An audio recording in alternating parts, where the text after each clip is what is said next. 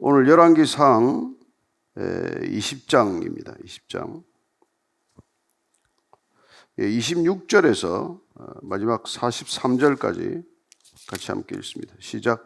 해가 바뀌니 베나닷이 아람 사람을 소집하고 아벡으로 올라와서 이스라엘과 싸우려 하며 이스라엘 자손도 소집되어 군량을 받고 마주 나가서 그들 앞에 진영을 치니 이스라엘 자손은 두 무리의 적은 염새 떼와갖고 아람 사람은 그 땅에 가득하였더라. 그때 하나님의 사람이 이스라엘 왕에게 나와 말하여 이르되 여호와의 말씀에 아람 사람이 말하기를 여호와는 산의 신이요 골짜기의 신은 아니라 하는도다.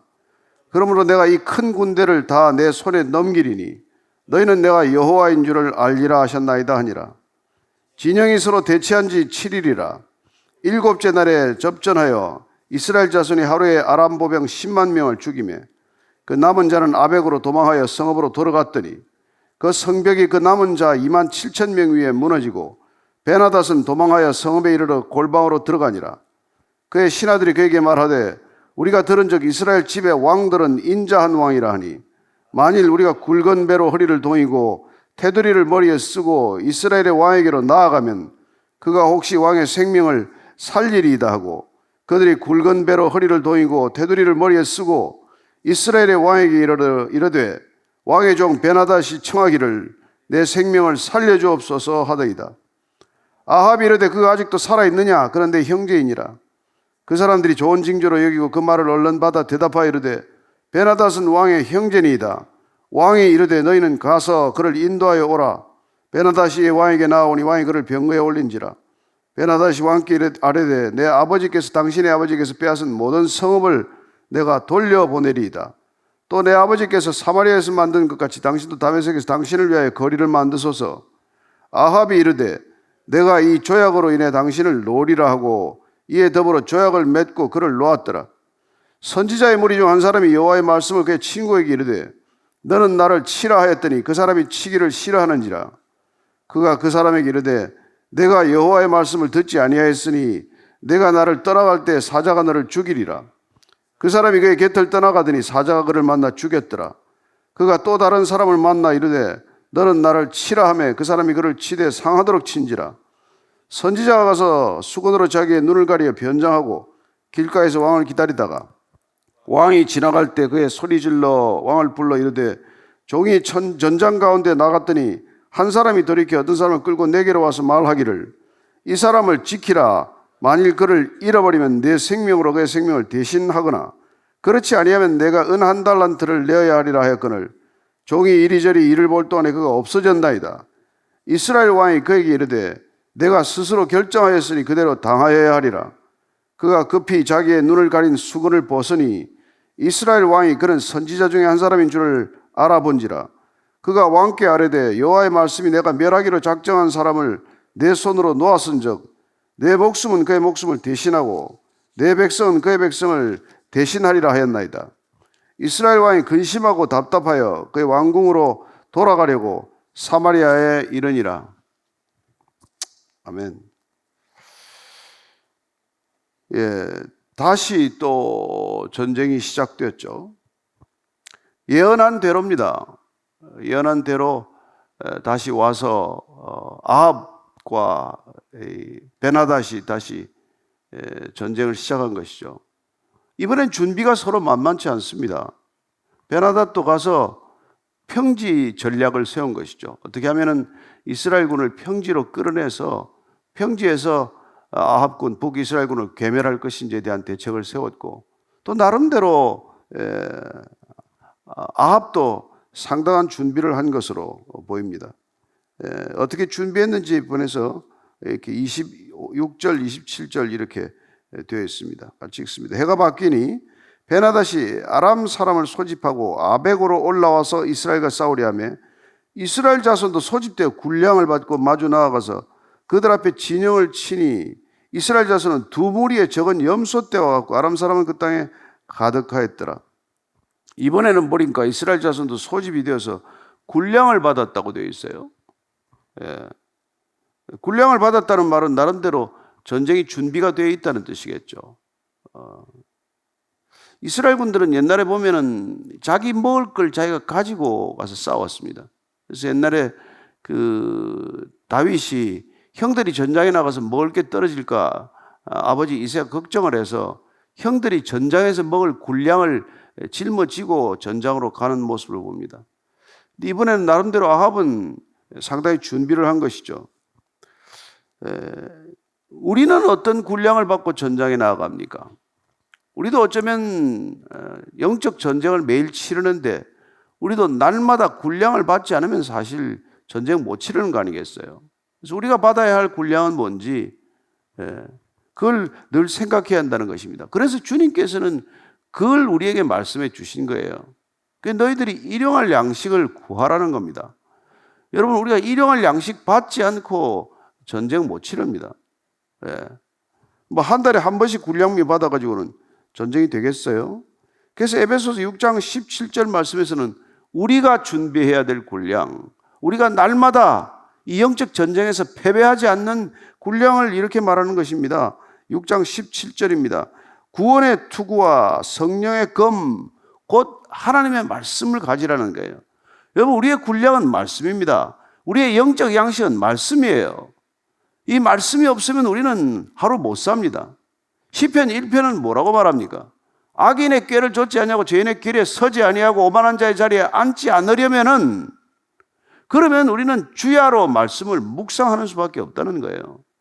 우리가 승리할 수 있는 군량, 우리가 이 세상을 이기는 힘은 여러분 나 자신에 있지 않습니다. 여러분들의 인적 네트워크에 있지 않아요. 여러분들이 가진 스펙이나 능력에 있지 않습니다. 우리는 하루하루 싸우는 싸움에서 날마다 하늘로부터 오는 군량을 받아야 돼요. 그게 말씀이라는 것이죠. 그럴 때 우리는 이 싸움이 내게 속한 전쟁이 아니라는 것을 알게 됩니다. 이 세상의 싸움이라는 것이. 그래서 보면은 열왕기하에 19장 35절을 보면 우리가 잘 아는 엄청난 싸움이 있죠. 산헤립 군대가 18만 5천 명을 데려왔나요? 하룻밤에 하나님께서 어떻게 괴멸시키는지를 보게 됩니다. 열왕기하 19장 35절이에요. 시작. 이 밤에 여호와의 사자가 나와서 아수르 지정에서 군사 18만 5천 명을 친지라. 아침에 일찍 일어나 보니 다 송장이 되었더라. 우리는 모르죠, 어떤 일이 일어났는지. 하나님의 방법이 있다는 겁니다. 이런 일들이 일어난다는 것이죠. 여러분, 골리앗이 어떻게 쓰러집니까? 뭐 돌 몇 개 가지고 어떻게 전쟁이 됩니까? 그러나 우리가 전심으로 하나님을 의지할 때, 하나님이 보급하신 군량으로 든든하다는 생각을 할 때, 이거면 충분합니다. 그럴 때는 여러분 골리앗도 쓰러뜨릴 수 있는 다윗이 되는 것이죠. 우리가 세상을 맞상대할 때 우리 존재가 얼마나 미미합니까? 교회가 세상을 어떻게 상대합니까? 그러나 교회는 아무리 작아도 하나님이 함께 한다면은 대군이나 마찬가지예요. 지금 아람 군대는 뭐 땅에 가득했다고 되어 있어요. 근데 뭐 보니까 아합 군대는 적은 염소 떼 두 무리와 같다 그럽니다. 여러분, 떼라는 거는 큰 무리 아닙니까? 근데 작은 떼라는 거는 그 무리에서 떨어져 나온 조그마한 무리를 말해요. 그러니까 마치 뭐 전장을 보니까 아람 군대는 어마어마한 큰 무리를 이루고 있는데 이스라엘 군대라는 게 보니까 거기서 떨어져 나온 조그마한 두 염소 떼 정도 같은 그런 정도의 숫자라는 거예요. 그렇지만은 이걸 이겨낸다는 것을 보게 됩니다. 하나님이 개입하면 그런 일이 있다는 거예요. 하나님이 우리 편이 되면 그런 일이 있다는 것입니다. 사무엘상 17장 47절 말씀 보면 이렇게 우리가 달려갈 때 세상도 감당하지 못하는 교회가 되는 것이죠. 또 여호와의 구원하심이 칼과 창에 있지 아니함을 이 무리에게 알게 하리라. 전쟁은 여호와께 속한 것인지 그가 너희를 우리 손에 넘기시리라.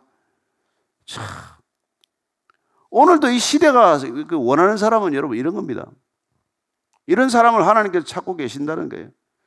내가 누구를 보낼고 이런 두려움 없는 사람을 지금 찾고 있다는 거예요. 이 세상을 상대할 수 있는 사람, 세상이 부럽고 세상을 쫓아가기 위해서 허겁지겁하는 사람이 아니라 세상이 싸우는 게 뭡니까? 돈하고 권력이나 무슨 그런 것밖에 더 있어요. 그게 아니라 우리가 싸우는 것은 사랑과 믿음과 소망으로 싸우겠다는 사람이 필요한 거란 말이죠. 그걸 이길 수 있다는 겁니다. 그걸로 이겼다는 게 예수님의 선포예요. 사실 뭐 이렇게 교만한 사람들이야 뭐 가진 게 뭐 너무 많아서 자기들이 가진 것으로 싸울 만하다고 생각하는 사람들 아닙니까? 28절 이하입니다. 그때 하나님의 사람이 이스라엘 왕에게 나와 말하여 이르되 여호와의 말씀에 아람 사람이 말하기를 여호와는 산의 신이요 골짜기의 신은 아니라는도다. 그러므로 내가 이 큰 군대를 다 내 손에 넘기리니 너희는 내가 여호와인 줄 알리라 하셨나이다 하니라. 진영이 서로 대치하지 7일이라 일곱째 달에 접전하여 이스라엘 자손이 하루에 아람 보병 10만 명을 죽이며 그 남은 자는 아벡으로 도망하여 성읍으로 들어갔더니 그 성벽이 그 남은 자 2만 7천 명 위에 무너지고 베나닷은 도망하여 성읍에 이르러 골방으로 들어가니라. 이게 뭐 말이 되는 싸움의 기록이 아니죠. 이 전쟁을 우리가 어떻게 이해하겠습니까? 설명할 수 없는 싸움의 뒤에는 누가 있다고요? 이해할 수 없는 인간의 사건 뒤에는 어떤 손이 있다고요? 이걸 우리가 보는 것이 믿음이죠. 상대할 수 없는 적입니다. 이길 수 없는, 승산이 전혀 없는 싸움이죠. 숫자로 보면 어떻게 상대가 되겠습니까? 그러나 이런 싸움에서 하나님께서 개입하면, 하나님이 관여하시면, 하나님이 마음을 먹으시면 승리할 수 있다는 것입니다. 도대체 어떻게 전쟁이 진행되었는지에 대한 기록이 없어요. 그냥 10만 명이 죽었대요, 하루아침에. 도망간 2만 7천 명은 성이 무너져가지고 또 다 죽었대요. 그리고 베나닷은 골방에 숨어 들어갑니다. 그렇게 떵떵하고 1차 때로 됐습니까? 왕 30문명 끌고 와가지고 술 파티를 벌이다가 망신을 당했죠. 이번에는 어떻습니까? 얼마나 용이 주도하게 준비를 했겠어요. 그때 실패한 게 뭡니까? 분석을 해보니까 산에서 싸우면 승산이 없다. 평지로 끌고 나오자. 그래서 아벡으로 끌고 나온 거예요. 아벡은 여러분 갈릴리 호수 동편에 있는 평지예요. 자기들 전략대로 싸움 틀을 전장을 결정한 것이죠. 그리고 그 아벡이라는 것은 아람과 북이스라엘의 경계선상이에요. 얼마나 병력을 동원하게 해도 후방 보급선이 짧아졌습니까? 질 이유가 하나도 없는 싸움이에요. 어쨌건 전쟁은 이런 결과가 났다는 것입니다. 31절 32절입니다. 그의 신하들이 그에게 말하되 우리가 들은 적 이스라엘 집의 왕들은 인자한 왕이라니 만일 우리가 굵은 배로 어리를 돌고 테두리를 머리에 쓰고 이스라엘의 왕에게로 나가면 그가 혹시 왕의 생명을 살리리다고. 그들이 굵은 배로 어리를 돌고 테두리를 머리에 쓰고 이스라엘 왕에게 이르러 이르되 왕의 종 베나닷이 청하기를 내 생명을 살려주옵소서 하더이다. 아합이 이르되 그가 아직도 살아있느냐? 그는 내 형제이니라. 여러분 여기 지금 엄청난 우리 신앙의 중요한 포인트가 두 개 있어요. 지금 이제 베나닷이 아주 그냥 배로 허리를 동이고 머리에 테두리를 쓰고 말이죠. 생명을 구걸하는 모습이에요. 전쟁에서 내 생명을 살려달라고 지금 구걸하는 겁니다. 그랬더니 아합이 그가 아직도 살아있느냐? 그는 내 형제니라. 형제니라. 여러분 아무 때나 형제가 어디다 쓸 데가 따로 있지 어디 아합에게 형제니라 이게 뭡니까? 물론 당시에 외교적 관행, 외교적 수사로 쓸 수 있어요. 조약을 맺을 때 적대국끼리도 화친 조약을 맺거나 하면 내 형제라고 말할 수 있습니다. 그러나 써야 할 때 써지요. 누구한테 형제라고 하는 겁니까 지금? 우리는 형제라는 단어 이거 조심해서 써야 합니다. 여러분 사랑이 없는 형제가 아니면 무슨 형제예요? 그런데 지금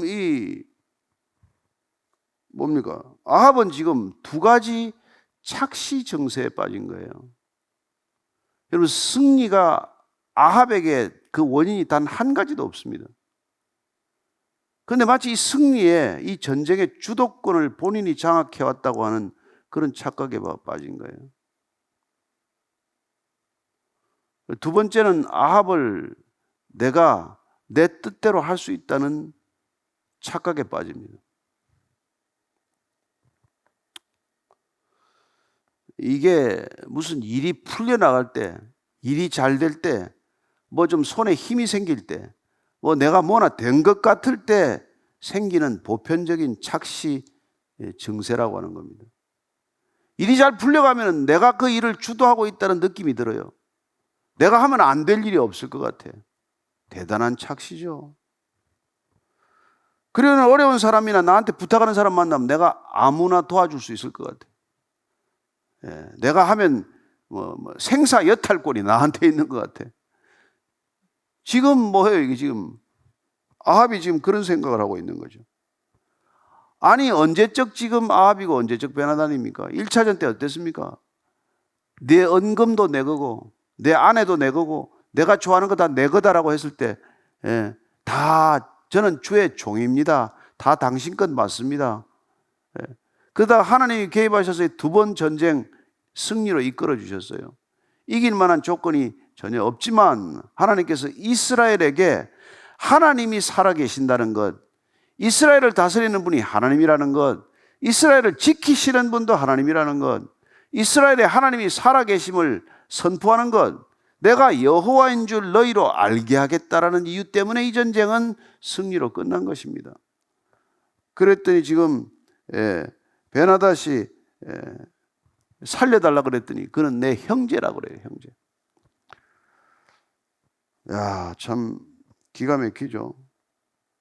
우리가 형제 자매의 칭호를 잘 쓰기 때문에 아주 내 칭호를 도둑 맞은 기분이에요. 33절 34절이에요. 그 사람들이 좋은 징조로 여기고 그 말을 얼른 받아 대답하여 이르되 베나닷은 왕의 형제니이다. 왕이 이르되 너희는 가서 그를 인도하여 오라. 베나닷이 왕에게 나오니 왕이 그를 병거에 올린지라. 베나닷이 왕께 아뢰되 내 아버지께서 당신의 아버지께서 빼앗은 모든 성읍을 내가 돌려보내리이다. 또 내 아버지께서 사마리아에서 만든 것 같이 당신도 다메섹에서 당신을 위하여 거리를 만드소서. 아합이 이르되 내가 이 조약으로 인해 당신을 놓으리라고 이에 더불어 조약을 맺고 그를 놓았더라. 여러분, 이거 지금 하나님께서 어떻게 될 거라는 걸 선지자를 통해서, 예언자를 통해서 보내서 이 전쟁에 대한 결과를 미리 알고 시작된 전쟁이에요. 전쟁이 끝났습니다. 그러면 어떻게 해야 할지를 물었어야죠. 하나님, 이 전쟁을 어떻게 마무리해야 합니까? 이 베나닷을 어떻게 처리해야 합니까? 그러면 하나님께서 전쟁에 개입했다는 것은 이스라엘적 개념에서 보면은 성전이라고 하는 것입니다. 성전은 주도권이 내게 있지 않습니다. 여리고 성을 무너뜨리는 주도권은 하나님께 있지 인간에게 있지 않습니다.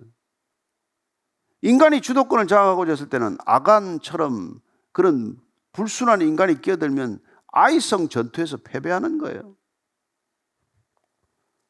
이스라엘 전쟁은 성전이라고 하는 것은 거룩한 전쟁이라는 뜻입니다. 거룩한 전쟁의 기본 목적은 진멸이에요.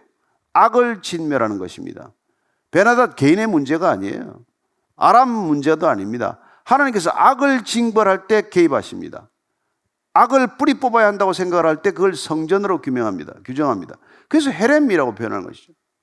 헤렘은 우리가 이해가 안 되죠. 눈에 보이는 걸 보면 잔인하기 그지없죠. 아니 다 죽이다니. 그러나 그게 우리 안에 있는 죄라고 하면 어떻습니까? 여러분, 죄를 뿌리 뽑지 않고 우리가 어떻게 살아갑니까?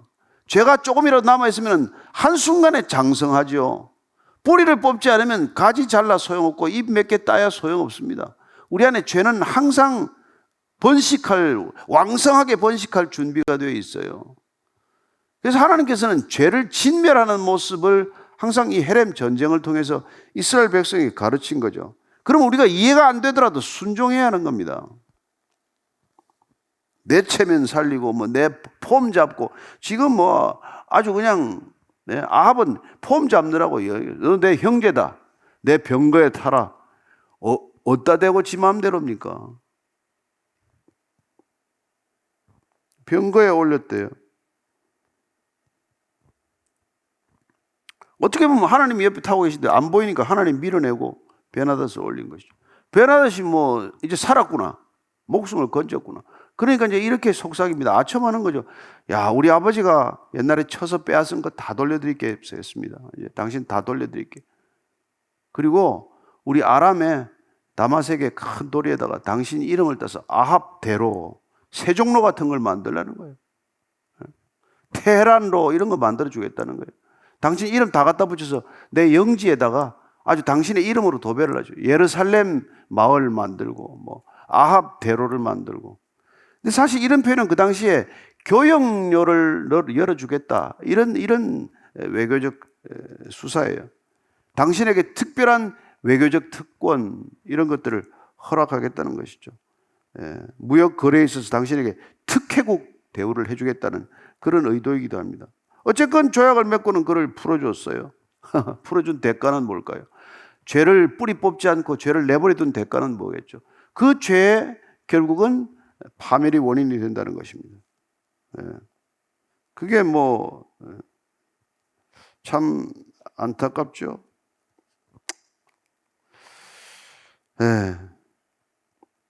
이게 다 교만해져서 그래요. 지금 아합이 전쟁 2번 이기더니 그냥 간이 배밖에 나온 것이죠. 이사야서 10장 12절에서 15절입니다. 14장 12절 15절.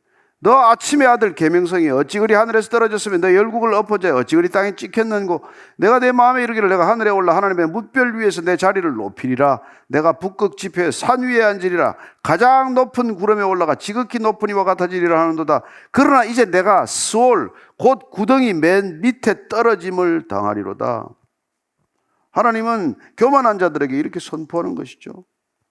예수님께서는 뭐라고 하셨습니까? 누가복음 14장 11절입니다. 무릇 자기를 높이는 자는 낮아지고 자기를 낮추는 자는 높아지리라. 그렇게 말씀해 주셨죠. 지금 한없이 자기를 높인 아합은 어떻게 됩니까? 3년 뒤에 길르앗 라못 전투에서 다시 베나다스에게 죽죠. 살려준 대가죠. 그렇습니다. 이 착시 현상, 교만의 전형적인 증상이죠. 우리도 마찬가지예요. 뭐 교회가 성도들이 좀 늘어나면 교만해집니다. 눈을 뜨고 볼 수 없을 정도로 교만한 목회자들이 많아요. 볼성 사나운 사람 많습니다. 성도들이 좀 늘어나면 다 자기 잘한 것 같죠. 내가 설교가 잘해서 사람이 늘었나? 그럴 거예요 아마. 내가 목회를 잘하나 보다. 뭘 잘해요 잘하기는. 저는 정말 우리는 죽는 날까지 주님 앞에 엎드리지 않으면 못 봅니다. 볼 수 없는 사람들이에요. 신명기 9장 4절을 보면은 이스라엘 백성들을 왜 하나님이 불쌍히 여겨서 이걸 데리고 들어온지, 이스라엘 땅을 왜 가나안 데리고 왔는지 이렇게 말합니다. 신명기 9장 4절입니다. 내 하나님 여호와께서 그들을 내 앞에서 쫓아내신 후에 내가 심중에 이르기를 내 공의로움으로 말미암아 여호와께서 나를 이 땅으로 인도하여 들여서 그것을 차지하게 하셨다 하지 말라. 이 민족들이 악함으로 말미암아 여호와께서 그들을 내 앞에서 쫓아내심이니라. 너희들이 착하고 의롭고 너희들이 능력이 있어서 내가 가나안 땅에 데려온 게 아니라 가나안 백성들이 하도 악해서 내가 쫓아낸 거다. 그 얘기라는 것이죠.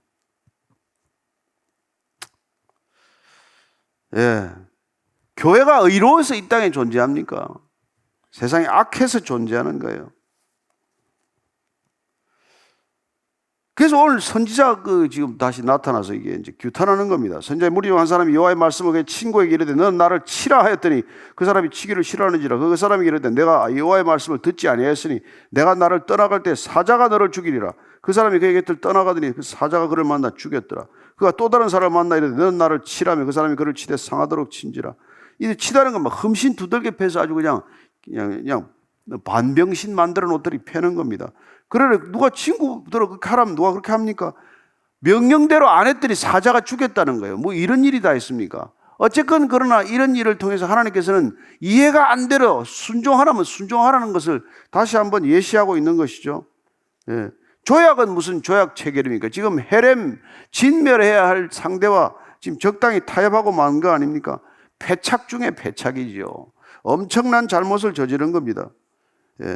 승리가 자기에게나 있는 것처럼 베나닷을 살려주는 게 자기의 아량, 자기의 무슨 큰 그릇이나 되는 것처럼 그렇게 착각한 것이죠. 그래서 선지자가 가서 수건으로 자기의 눈을 가려 변장하고 길가에서 왕을 기다리다가 왕이 지나갈 때 그가 소리질러 왕을 불러 이르되 종이 전장 가운데 나갔더니 한 사람이 돌이켜 어떤 사람을 끌고 내게로 와서 말하기를 이 사람을 지키라. 만일 그를 잃어버리면 내 생명으로 그의 생명을 대신하거라. 그렇지 않으면 내가 은 한 달란트를 내어야 하리라 하였거늘 종이 이리저리 일을 볼 동안에 그가 없어졌나이다. 이스라엘 왕에게 그렇게 이르되 내가 스스로 결정하였으니 그대로 당하여야 하리라. 그렇게 심지 두들겨 맞고는 이제 가서 이거 풀고 나서는 가서 왕 앞에 아합 왕이 나타난 거예요. 그래서 이제 이렇게 했습니다. 내가 군에 가가지고 전쟁에 나가서 포로 한 사람 잡아왔는데 누가 포로를 지키라고 했더니 그 사람이 갔다 온 사람이 이 사람 포로를 지키는데 이 사람이 도망갔습니다. 어찌해야 됩니까? 그랬더니 아합이 명쾌하게 판결을 내리죠. 네가 포로를 지키라고 했는데 못 지켰으니까 너는 네가 당해라. 네가 그대로 당해야지. 그랬더니 뭐 눈에 이걸 가린 수건을 벗습니다. 그러고 나서는 아합한테 일러줍니다. 여호와의 말씀이 내가 멸하기로 작정한 사람을 내 손으로 놓았은즉 내 목숨은 그의 목숨을 대신하고 내 백성은 그의 백성을 대신하리라 하셨나이다. 너 지금 말한 대로다. 내가 지키라고 한 사람 풀어준 것처럼 내가 죽이라고 한 사람 내가 살려줬으니 그 목숨 내가 대신하게 될 거다. 이 예언대로 3년 뒤에 죽었다니까요. 이스라엘 왕이 근심하고 답답하여 그의 왕국으로 돌아가려고 사마리아에 이르니라. 아합은 돌아갑니다. 사마리아 가는 발걸음이 그렇게 기쁘지는 않았을 거예요. 하나님의 뜻을 따르는 것은 어렵습니다. 쉽고도 어렵습니다. 내가 죽으면 쉬워요. 내가 살아있으면 어렵습니다. 하나님의 뜻을 분별하는 것은 어렵습니다. 그러나 하나님의 뜻을 순종하기로 마음먹으면 쉽습니다. 왜 하나님의 뜻을 따르기가 어렵습니까? 분별이 헷갈리기 때문에 그래요. 하나의 기준으로 분별해야 되는데 성경적 기준과 내 기준이 뒤섞였기 때문에 두려운 겁니다. 내 기준 포기하지 않으면 하나님의 뜻을 분별하는 게 결코 쉽지 않아요. 매일 섞여 있습니다. 매일 말씀으로 우리를 비우지 않으면 우리는 내 생각이 차고 오르는 사람이에요. 죄의 뿌리가 빠지지 않으면 우리는 죄성이 항상 우리를 압도하는 사람들입니다. 왜 하나님의 뜻을 따르기 어렵습니까? 뜻을 알고 분별하고도 순종이 어려운 까닭은 옛사람 때문이죠. 그리고 두려움이 여전히 살아있기 때문입니다. 그렇습니다. 어렵게 보면 우리는 어떻게 보면 순종이 더 어려운 사람일지도 몰라요. 지금 성경시대, 신약시대는 뜻은 여기 다 기록이 되어 있어요. 더 알만한 뜻도 없습니다. 여기 있는 뜻도 모르면서 무슨 뜻을 묻습니까? 성경에 기록된 뜻을 모르면서 하나님의 뜻을 어떻게 합니까? 이 뜻에 기록된 거 100개 중에 하나라도 지키면 여러분 하나님께서 참 장하다 할 거예요. 문제는 뭡니까? 이걸 알아도, 이걸 읽어도, 이걸 암송해도 그 뜻대로 안 사는 것이죠. 그래서 늘 이런 아합 같은 꼴이 나는 것이죠. 저는 우리가 믿음의 길을 잘 시작했다고 믿습니다. 그러나 끝을 맺기는 더 어려운 일입니다. 날마다 자기를 쳐서 복종하는 일입니다. 날마다 우리가 분별한 뜻을 살기로 결단하는 것입니다. 순종이 제사보다 낫습니다. 순종이 예배 드리는 것보다 낫습니다. 순종이 사역보다 낫습니다. 순종이 당신들의 재능보다 100배, 1000배 나은 줄로 믿으시기 바랍니다. 오늘 기도할 때 하나님 뜻은 성경에 이미 기록된 말씀 다 있습니다. 하나님의 뜻을 알라. 거룩하라. 너희는 거룩하라. 그 이상의 뜻이 어디 있습니까? 너희는 돌이키라. 나로 돌이키라. 나를 알라. 서로 사랑하라. 하나 되라. 기도하라. 기뻐하라. 감사하라. 뜻은 다 밝혀졌습니다. 순종이 어렵습니다. 주님, 우리 안에 있는 것들 다 내려놓고 주 앞에 순종하기를 결단하는 하루가 되게 하여 주옵소서. 일평생 주의 순종으로 주님 앞에 설 수 있는 영광을 보게 하여 주옵소서. 이제는 십자가에서 끝까지 순종하신 우리 구주 예수 그리스도의 은혜와 하나님 아버지의 무한하신 사랑과 성령의 내 뜻 꺾고 주님 뜻 따르게 하심이 오늘도 주님 앞에 순종하기로 결단한 이 자리에 고개 숙인 진정한 믿음의 형제 자매들 위해, 참된 그리스도인들 위해, 진정한 교회 위해 지금부터 영원까지 항상 함께 하시기를 간절히 축원하옵나이다. 아멘.